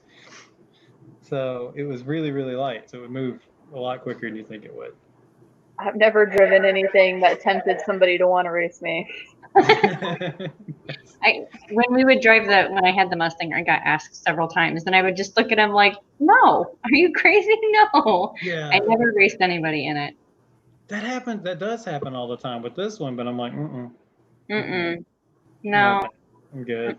Because if you crash it, you still got to make the payments. Yeah. Well, it's paid off, thank God. But no, people will try to come up. They'll try to race us all the time, or they'll like shoot by, or like when you try to merge, they just take it as an insult, and they like speed up and they won't let you get by. And they're like, it's just because of the car it is, because it's always the rusted out piece of crap that won't let you over. I'm like, man, just get over it. Come on. I'm just trying to go and get my KFC or some shit. This is driving. You do you. Exactly. It's not a personal statement. It's really pretty, and I wanted it. Well, she wanted it. It's her car. It's like we just wanted it. It's not. We're not trying to say anything about you. But people take that stuff really weirdly personal. So. That they do. Oh well. I'm thinking the next thing we get needs to be a truck, though, because you can only live on a farm for so long and not own a truck. It's like against the law or some shit. I think so. I imagine that would be really handy too. Yeah, I mean the in-laws have ones. I'm like using it all the time, and eventually you're just like, fuck, we really need to buy a truck. Yeah, but I think I don't know. it's just one of those things. I want to, but I don't want to. Like, it's nice not having a car payment. Yeah, That's great. true. Adulting sucks. I don't know if we covered that in the chat at all, but bills blow. Nobody wants to do that. Indeed. It totally is. Especially right now when nobody's like getting any work, like hours or anything. It's crazy out there. I don't know what's going to happen at the end of July because they're going to, I mean, everybody's getting their unemployment canceled. And that's how many people is that? Like 10, 11 million or some shit. Like, it's ridiculous how many people are out of work. So I don't know. It's going to get weird. Yep. It's going to get pretty ugly. I'm glad I had most of my debt paid off before coronavirus hit, so I don't have to stress too hard about money right now. Yeah. Lucky. It's good. Yeah, I mean, I love our situation too, so we don't, I mean, there's a lot of bills we don't have to worry about that most people do. And then, like, large families, you got 2 or 3 kids you got to deal with. I mean, those are like money machines. That's all they do is just eat dollars. So, Yep. I don't know. It's not what I expected 2020 to be, that's for damn sure. I don't think anybody did. Like, nobody woke up on January the 1st and was like, y'all ready for some bullshit? Here it goes. You guys want to go on a crazy ride? No. I have one friend of mine, one associate who's psychic, or claims to be psychic or whatever. And like, we met them, I think it was in January or February, and they're like, oh, things are going to get really weird soon. And I was like, I can't talk about it. But they're like, but things are going to get really weird. And like every couple of weeks, I just go, did she fucking know about this? Because I swear to God, if she knew about this and didn't say anything. And when we were there we had a cold cup of coffee and like some cookies and shit. She had plenty of time to be like, by the way, buy some masks, get some Lysol, it's going to get fucked up. Any warning would have been nice. It's really all I gotta say. So anybody who claims to be psychic, like anyone who claimed that they could see the future before 2020 and didn't tell us about this crap, Failed. you're an asshole. So does this prove then that psychics aren't real because nobody saw this coming or didn't tell us? I mean, I think it's a pretty big hole. Are you plot twist? Who was it? Was it Brown? Sylvia Brown? I think that's her name. Who actually did kind of predict this shit? But she's like dead now, so she can't even take credit for it. Right.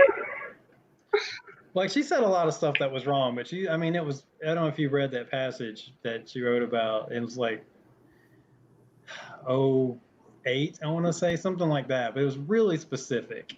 It was like a respiratory disease from China, and it's basically going to shut down the world, and then it just disappears. And I'm like, damn. That was really close. We'll see. I don't know. Right now they're brewing the bubonic plague. The bubonic plague is coming back in China right now. That's like, what the hell? I think China's just so gun shy now that they're letting I thought we already killed that once. Like, right? How the hell? Didn't they Zombie virus over here. Didn't they discover from some sort of flu strain communicable to humans from pigs in China and the same food markets that the fucking coronavirus came from? There's a new swine flu. Yeah. That's like super contagious. China, this is going on your record. It's like, China needs to just stop. Just stop. Yeah. Get your shit in order, China. Yeah. We've been building the wall in the wrong place, and that's not a racist thing. I just want to keep all your germs inside. I love your people.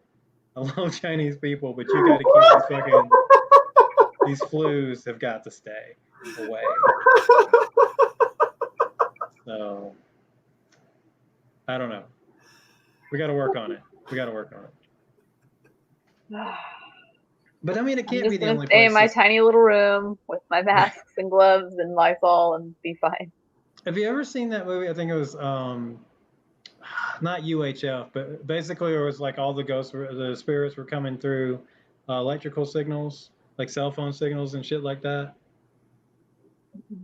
Okay, if you get a chance, check it out, because basically it's just this horror movie, and it's anywhere that there's a signal, like if you've got like an internet signal, then these demons or whatever from another dimension can cross over. What's the movie? It's just 3 letters, and it's either VHS or UHF or some shit like that. I don't know. UHF is the Weird Al movie. What was that? UHF is the Weird Al movie. Weird Al movie, yeah. So, But I always get the name of it wrong. so I'm gonna check that real quick. I mean, I used to watch like 3 movies a day on Netflix, so I mean, but it was on there. And they found out that is it like a found footage style movie? What? Is it like a found footage style movie? No, it's just straight up normal horror movie kind of shit. Okay, because VHS is a found footage movie. I might be confusing it with that. It's cool.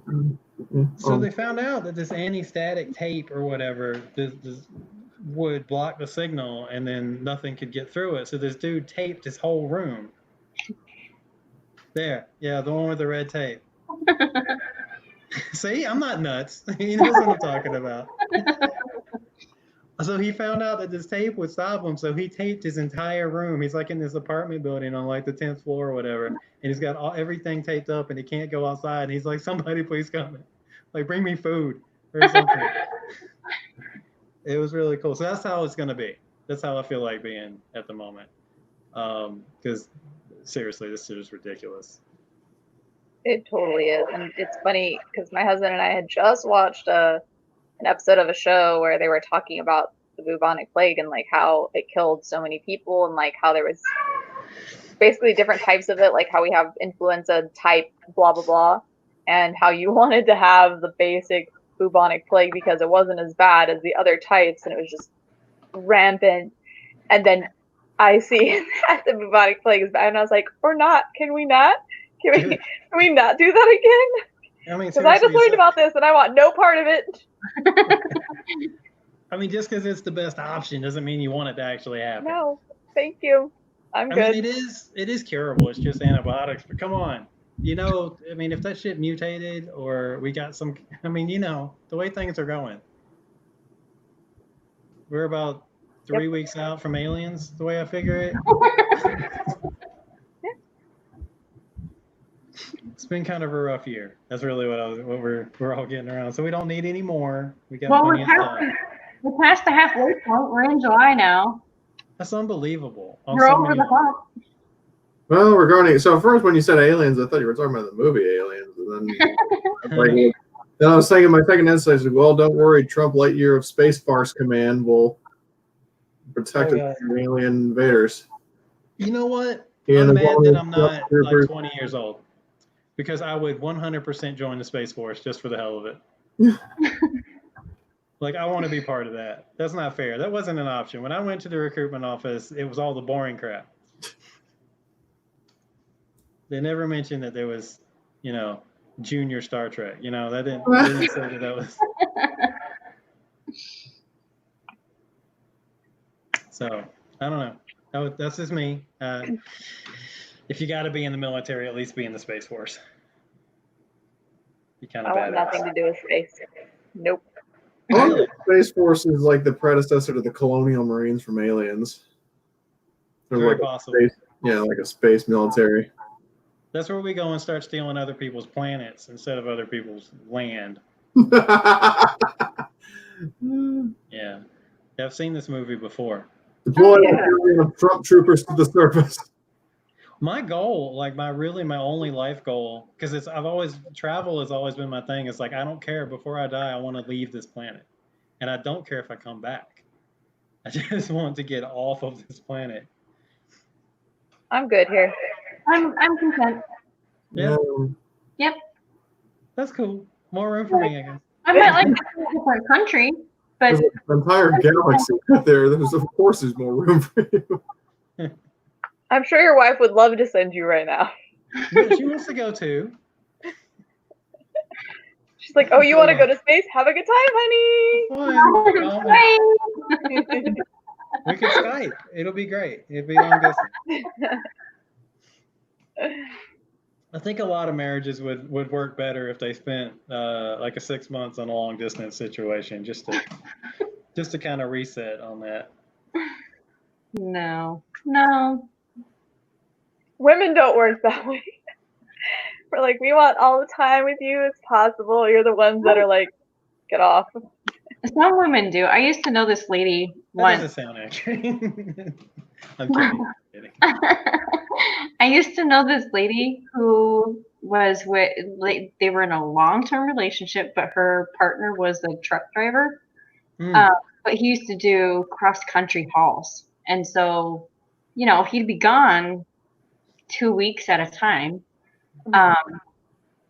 And she said that she, like if he ever like went and would skip hauls, she was like, "Are you kidding me? You've got to go," because it was just too much. She, Wow. when he was gone, she had like her own routine with the kids and their own thing, or I don't know. I couldn't wrap my head around it at the time. I was much younger. It didn't make any sense to me. I was like, that doesn't make any sense. But I think if it's like it's been that way since the beginning, then that's what you're used to. Yeah. But if you're used to seeing your significant other every day and then they're gone for a month, you're like, yeah. That's So me and my husband, what's the longest we've ever been apart? I think the longest we've ever been apart is probably 3 days. wow. That's it. And it's like recent, like since we moved to Iowa, when I took a trip with my best friend.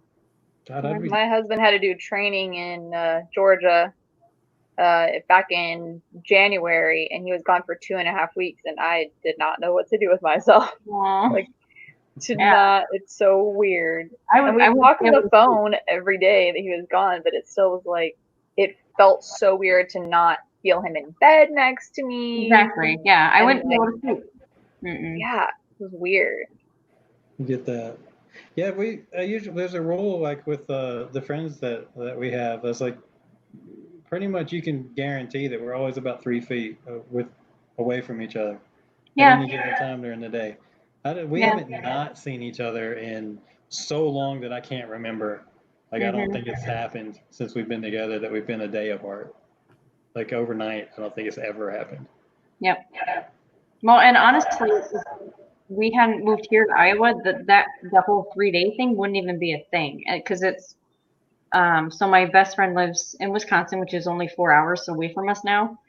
And so every year because her birthday is 11 days after mine, so every year we pick a date that's kind of in between their birthdays, and then we meet somewhere that's 2 hours away from my house and 2 hours away from her house. It's like in the middle, and we call it our birthday extravaganza.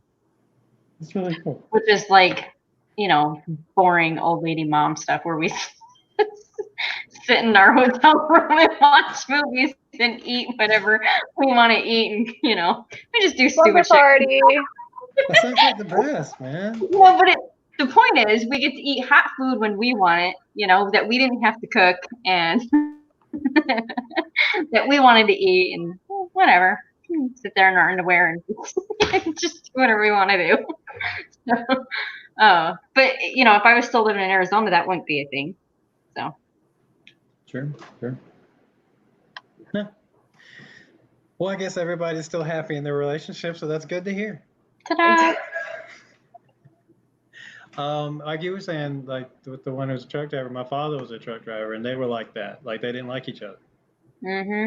So it was like, why are you guys together? And she's like, no, I love him. I just don't want him to be around all the time. And I'm like, that makes no sense. That's the part I can't wrap my head around. Part-time spouse. Yeah, and I was like, well, are you with somebody when he's not around? She's like, no, I'm by myself. I'm like, I don't understand you, but okay. But then at the same time, she couldn't understand how I was so much, because she called it up in his face. She was like, you are too much up his butt crack. I'm like, no, I'm not, but whatever. If you're happy, everybody's different. Whatever works for them. Yep. Well, what works for me is a 750, so I think we've worn out our crowd probably for this evening. Probably. But I've learned a lot. It's been really nice talking with everybody. I'm glad we could get together. Hopefully, you guys will join us again. We constantly have opportunities to do this. So we're going to start doing a movie night. So if you have Amazon Prime, they do Prime Watch now, which allows you to have up to 100 people in a room at a time. And we tested out the other night. It works great. And so you get chat function. If you have like a Chromecast or something like that, you can watch it on your TV. You can just watch on your laptop, whatever. So we're going to start doing that. I don't know what we're going to watch yet, but hopefully you'll join us. And we'll try to do these a little bit more often. So it'd be nice to see you guys again. Cool. Yeah, Any final comments? No, I appreciate you guys having me on. It was fun. I really enjoyed being on. Cool. And work on that costume because it looks like you got a long way to go, Cody. Yeah, well, I wouldn't be able to work on it anytime soon, so. Yeah. Just But the helmet looks badass. Nobody got to see it. He showed me that helmet before. Yeah, I'll get up and pull it up.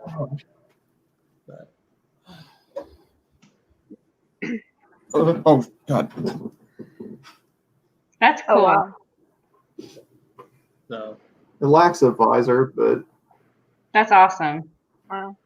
let's dig in. See, let's go on the extra mile for your costume. So Right. it's 3D printed, so. cool. Well, keep that up and have a good night. Thanks for coming by. Yeah. All right. Bye, guys. Bye. Bye.